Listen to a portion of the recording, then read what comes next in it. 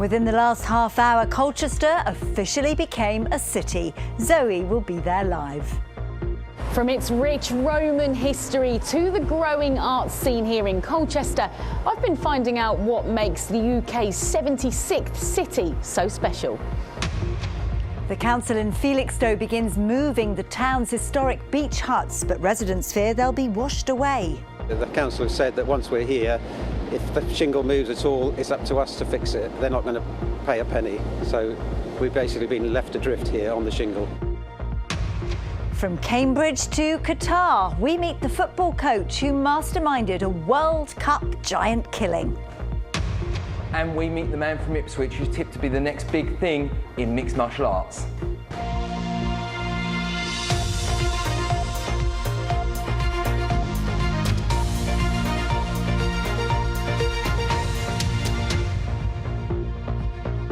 Welcome to Look East, and tonight we're celebrating as Britain's oldest town becomes its newest city.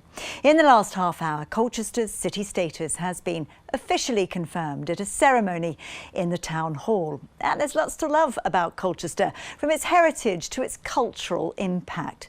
But there are challenges too. I'll be talking about that with the leader of the council in a moment. First though, let's go live to Zoe O'Brien, who's been at today's events. Well, if you haven't been in the area today, then let me be the first to welcome you to the city of Colchester. As you just said, the letters patent from the King have arrived in the last half an hour, making it official here at the council chambers. Now, there has been a party atmosphere this evening. I'm joined by the newly named Colchester City Pipe Band, who've seen Roman soldiers marching and a town crier, and of course people lining the streets to mark this momentous occasion. Castle to the football club, the growing university campus to the garrison, and let's not forget that little known band by the name of Blur.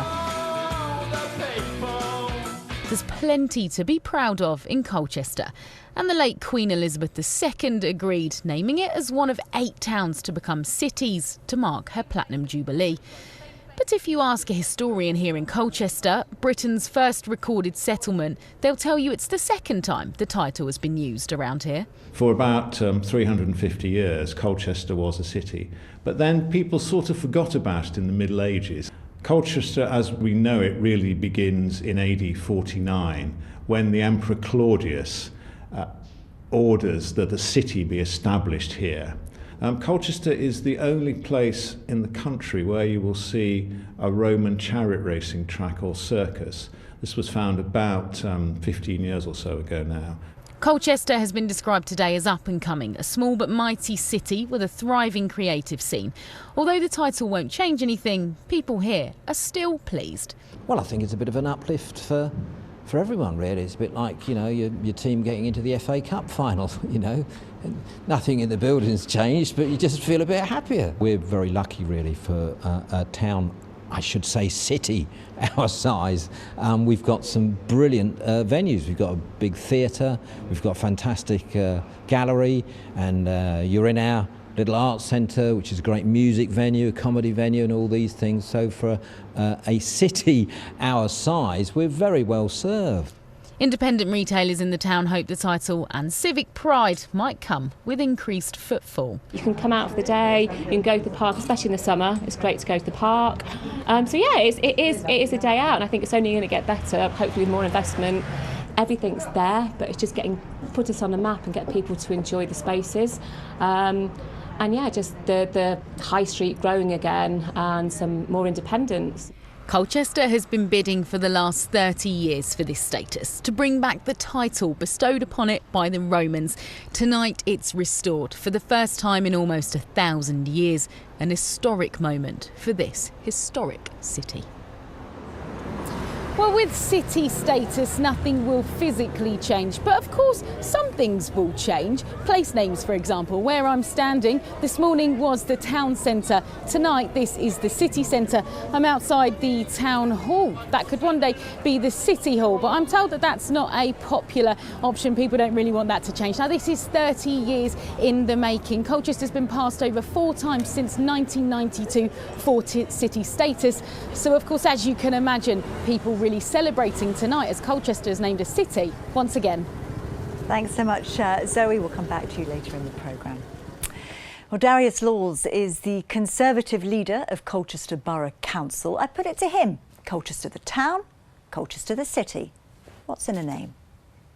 I'm really hopeful that what this is going to mean is improvement in terms of inward investment and inward tourism, because actually when people come here and they see what we've got to offer, our castle, our natural history museum, Thurside, the Mercury Theatre, the Headgate, the Roman city walls, boutique shops, restaurants, hotels. When they come here, they really enjoy it. So we've now got an opportunity to go out there and sell it and make Colchester the very best place that it can be.